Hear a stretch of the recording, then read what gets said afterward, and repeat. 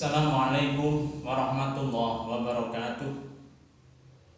Bismillahirrahmanirrahim. Alhamdulillahirabbil alamin. Wassalatu wassalamu ala asyrafil anbiya'i wal mursalin Sayyidina wa maulana Muhammadin wa ala alihi wa ashabihi wa man tabi'ahum bi ihsanin ila yaumiddin. Amma ba'du.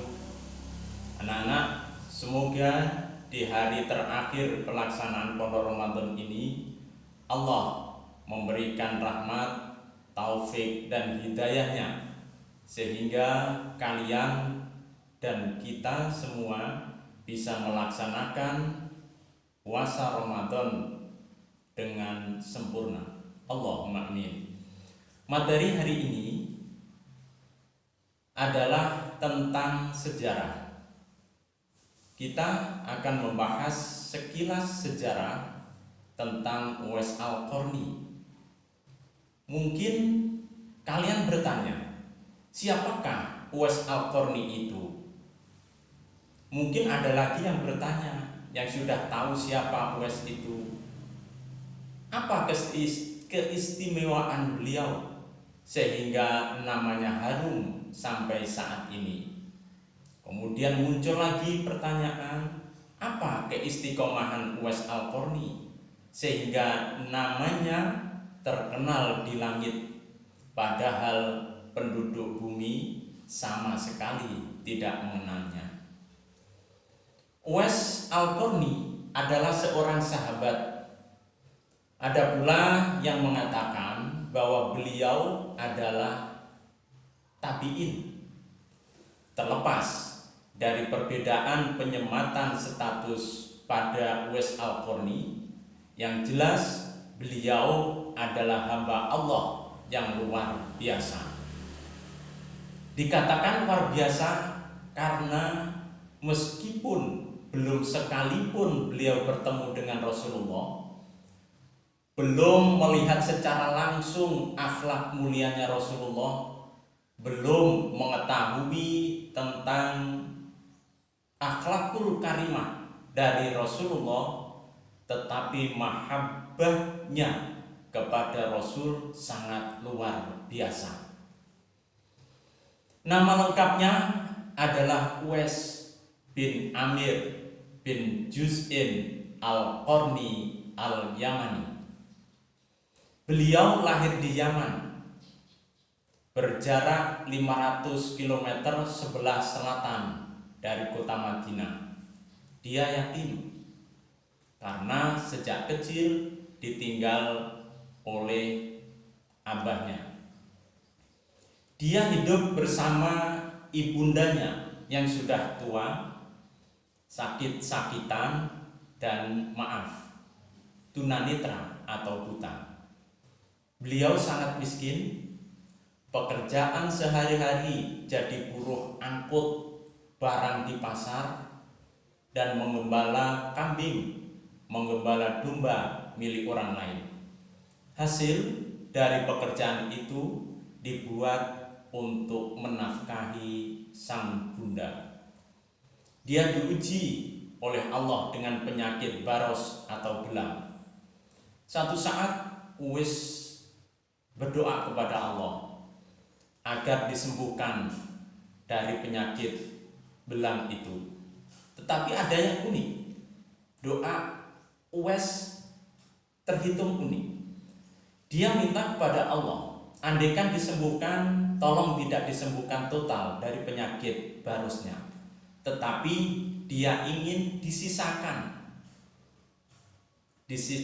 dari penyakitnya, ada bekas asar dari penyakitnya itu, supaya menjadi kenang-kenangan untuk sebagai pengingat bahwa nikmat Allah atas Uwais lebih besar daripada cobaan yang diberikannya. Meskipun serba kekurangan dan berpenyakit, namun hati Uwais bersih, dipenuhi dengan keimanan. Keimanan telah membentuknya menjadi orang yang sangat soleh. Dia rajin beribadah, wajib maupun sunnah. Keimanan telah menumbuhkan mahabbah atau kecintaannya kepada Rasulullah Shallallahu Alaihi Wasallam amat sangat besar. Meskipun belum pernah berjumpa dengan beliau, setiap hari setelah sholat malam, Uwais menghadap ke utara sambil membaca sholawat, memanggil nama Rasulullah, memberikan salam kepadanya. Besar keinginannya untuk bertemu dengan kekasih, yaitu Rasulullah Shallallahu Alaihi Wasallam. Lalu kenapa dia tidak segera ke Madinah untuk menemui Rasulullah? Kalau memang cinta, kalau memang mahabbahnya besar, kenapa harus menanggung rindu sedemikian berat? Kenapa tidak ke Madinah untuk menemui sang kekasih? Jawabnya adalah ibu. Dia tidak tega meninggalkan sang ibu yang sudah tua sendirian di rumah, apalagi dengan kondisi buta dan sakit-sakitan.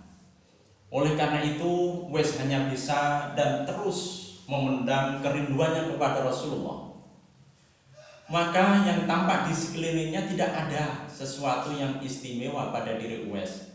Siang hari dia beraktivitas seperti biasa, pergi ke pasar, menggembala kambing. Tetapi yang tidak diketahui oleh masyarakat sekitar adalah baktinya yang begitu besar kepada sang ibu. Seorang diri dia menyiapkan semua kebutuhan ibunya, mulai dari masak, menyiapkan obat karena ibundanya sakit-sakitan, menyiapkan air untuk sang bunda mandi dan wudhu. Dia sangat memuliakan ibunya. Dia tidak rela melihat sang bunda dalam kepayahan. Hanya dalam kekusyukan, dalam ibadah dan doa yang panjang yang mampu menyampaikan kerinduannya kepada Rasulullah Shallallahu Alaihi Wasallam. Sang ibu meskipun tidak bisa melihat, namun mata hatinya sangat peka. Dia tahu kalau Uwais Al-Qarni memendam rasa rindu yang amat dalam kepada Rasulullah. Maka sang bunda mengizinkan agar Uwais pergi ke Madinah untuk menemui Rasulullah. Pesan sang bunda agar Uwais segera kembali dan jangan terlalu lama berada di Madinah. Uwais tidak menyia-nyiakan kesempatan yang dia punya. Berbekal ridho dari ibu, dia berangkat menuju ke Madinah Al-Munawwarah untuk berjumpa dengan sang kekasih Rasulullah Muhammad SAW. Dengan seorang diri, Uwais menempuh perjalanan panjang dan jauh, ratusan kilometer. Panasnya padang pasir dan terbatasnya air serta makanan tidak mengecilkan semangat Uwais untuk bertemu dengan Rasulullah SAW. Hingga beberapa jarak dengan Madinah, Uwais tidak sadarkan diri. Dia pingsan. Tubuhnya tidak mampu bertahan karena panasnya gurun pasir yang dilalui serta terbatasnya bekal makan dan minum yang dia bawa. Tanpa disadari, dirinya ditolong oleh penduduk Madinah, dibawa ke Masjid Nabawi. Setelah siuman, dia tidak dapat membendung gemuruh kegembiraan hatinya, karena sebentar lagi dia akan bertemu dengan sang kekasih hati yang selama ini dirindukan, yaitu Rasulullah Shallallahu Alaihi Wasallam.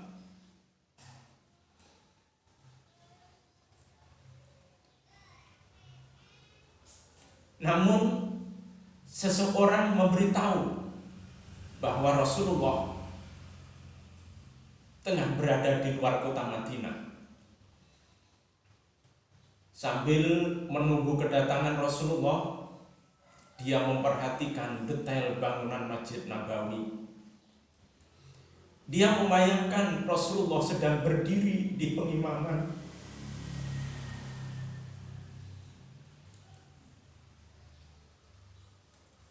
Dia mengira-ira di mana Rasulullah biasa duduk bersama para sahabat. Dia tidak begitu sabar ingin segera mengucapkan salam kepada Rasulullah. Hingga sore hari hati Uwais mulai gelisah. Keinginan berjumpa dengan Rasul semakin besar. Namun pesan ibunda agar ia segera kembali terus membayanginya. Haruskah dia tetap menunggu kedatangan Rasulullah? Sementara sang ibu menunggu di kampung halaman yang jauh di sana di luar kota Madinah. Karena baktinya kepada sang ibu, akhirnya Uwais melangkahkan kaki meninggalkan kota Madinah menuju kampung halamannya di Qarni, Yaman. Kekhawatiran dan kecintaannya pada sang bunda mengalahkan keinginannya berjumpa dengan Rasulullah SAW. Kembali di Yaman, Uwais kembali kepada rutinitasnya, merawat sang bunda, bekerja mencari nafkah, mengembala kambing, pergi ke pasar. Demikian aktivitas Uwais Al-Qarni setiap hari, sehingga tidak ada yang istimewa dan luar biasa di mata tetangga-tetangganya. Setelah Rasulullah SAW wafat, nama Uwais sering membayangi pikiran Khalifah Umar bin Khattab. Setiap ada pedagang atau jamaah haji dari Yaman, Umar selalu bertanya tentang Uwais Al-Qarni. Adakah di antara kalian yang bernama Uwais? Adakah di antara kalian yang bernama Uwais? Semua menggeleng tidak tahu. Sampai akhirnya Khalifah Umar bin Khattab ada kesempatan ke Yaman. Beliau masuk kampung ke kampung, dari desa ke desa untuk mencari orang yang bernama Uwais. Umar sangat penasaran dengan sosok Uwais karena dia sangat diistimewakan oleh Rasulullah SAW. Rasulullah pernah bersabda, "Wahai Umar, apabila kamu bertemu dengan Uwais Al-Qarni, mintalah doa agar kamu diampuni oleh Allah." Uwais adalah hamba yang tidak dikenal penduduk bumi, tetapi namanya sangat fenomenal, sangat terkenal di langit.